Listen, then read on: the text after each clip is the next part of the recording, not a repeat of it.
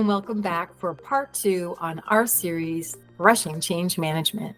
I'm your host, Dr. Jackie Cawley from the Delean Institute for Growth and Wellness. Happy to have you join us on our little journey around how to be effective at change management, both from a personal and from a leadership perspective. So this session will be on how to manage your team through change. Now, last time we talked about how change is hard. Change is hard because it's very emotion-packed. It can feel like a loss when you're having to think about going to something in the future. So you have to keep in mind that when you're communicating the why and the why now of a change, that you take in people's emotions and feelings and communicate in a way that connects both with the head and the heart. Logic and the emotions and feelings that people have. You also need to make sure that they have the tools, skills, and resources to be effective. So let's go into the different stages that we use with individual employee change. And a good model is Prochaska's model for change. And we use this with patients and clients and personal change, and we'll go over that in part 3. But we can also use it when we're addressing our teams. So you can see here that the stages of change that we use with Prochaska and DiClemente can be modified and adjusted to be a really good mechanism to work with teams and employees through change management. So the stages of Prochaska's change include pre-contemplation, contemplation, preparation, action, and maintenance.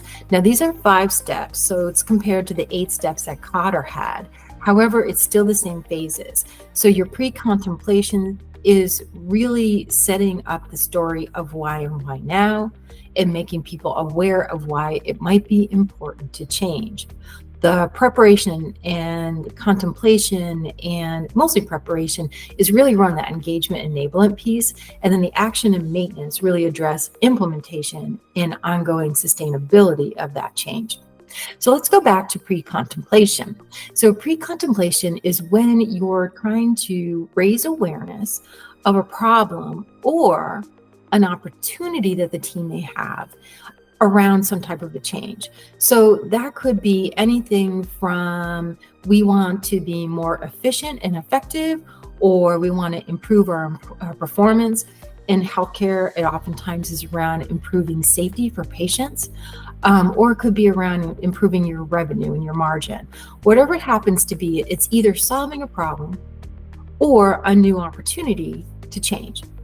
And you have to really create, again, that burning platform where there's some concern or doubt about the current state. We want to improve patient safety because we don't want patients to get hurt. Makes it easy in healthcare, for sure. So you start with a we should, and you provide that vision. We should improve the safety of care. We should improve our effectiveness and performance. We should improve and grow our market share, whatever it happens to be. That's the pre-contemplation stage, where you start to provide the vision using a we should to get you some future thinking. The next is contemplation, where you need to really give a reason for the change. We should do something, but can we do it? Well, yeah, this change is better than the current state that we have. If we make it safer for patients and we have less adverse events, people are going to want to come to us because we're the best quality place. And if we improve our market share, our revenue is going to get better. If we improve our performance and are more effective, then we can get more completed, and that allow us to hit our performance goals. So whatever it happens to be, but the change is better than the current state. And so you need to address at that point what's in it for the individuals on your team or the team overall, and use a we can type of statement. So we move from a we should think about this to we can do this. We can make this change, and this is an opportunity for us, or this is an improvement for us. This is going to be better than where we are in the current state. The next is preparation, where you provide a course of action. So this is really where you're engaging people, you're enabling them with the skills and the tools and the resources and the knowledge. And you ask yourself and you ask the team or the individual employee, what's needed here? What do you need? in order to move from our current state to that future state that we feel is going to be a better place for us as a team. So it's how do we? So we move from we should think about this to we can, and then how? How do we do this? How do we actually make this change?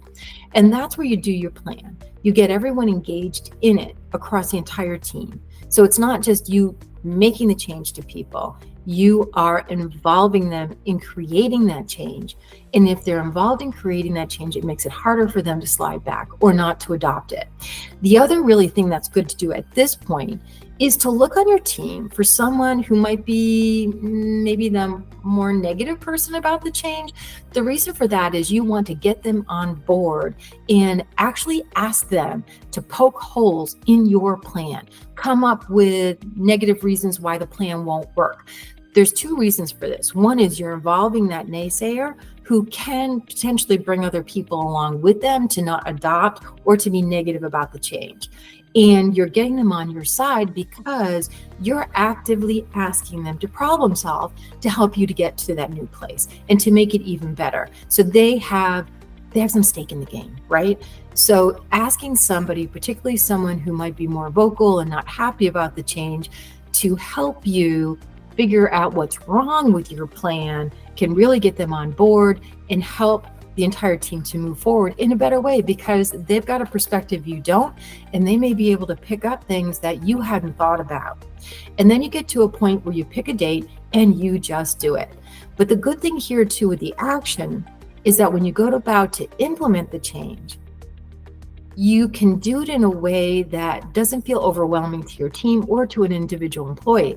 You can make some small tests of change. Often we call those a proof of concept or a pilot, and you just do it and you can learn from it. So this is again where you're building that adaptability and flexibility and problem solving skills and adoption skills, in your team by doing these small tests and making it a pilot and looking for what did we learn? So it really fosters more of a growth mindset for your team. And it's getting everybody involved in the team too, which makes a real big difference.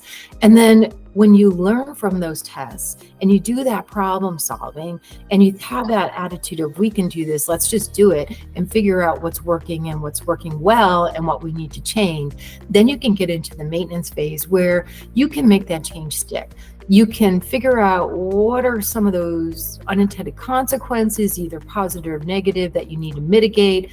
What do you need to plan for as far as any barriers, any adjustments that you might want to make in order to get people adopting and continuing that change and sustaining that change over time.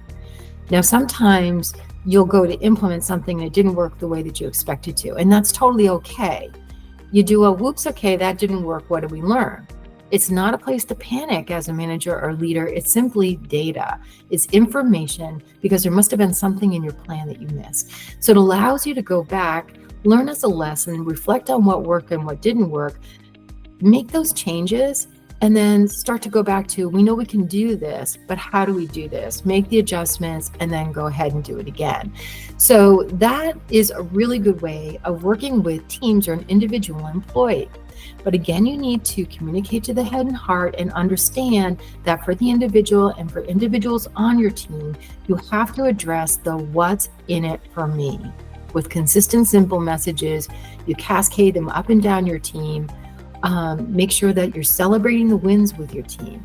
That's really important because even those little wins, when you're making those small, steady tests of change, or you're calling it a proof of concept or a pilot, they make an impact.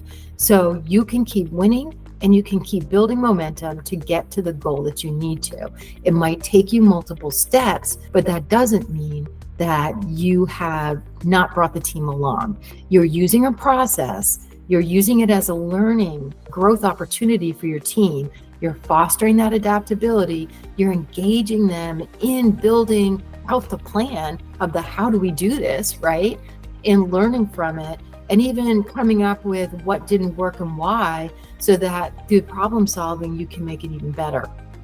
So that's the whole process around team change management and bringing people through those 5 steps in those 3 phases to really engage them, enable them, make sure that you're addressing what's in it for me, but using their perspective can be very helpful because you could learn a few things too. So I hope this was helpful for you. And next we'll come back to what I think is even the hardest thing to do, individual and personal change. So look forward to seeing you in part 3.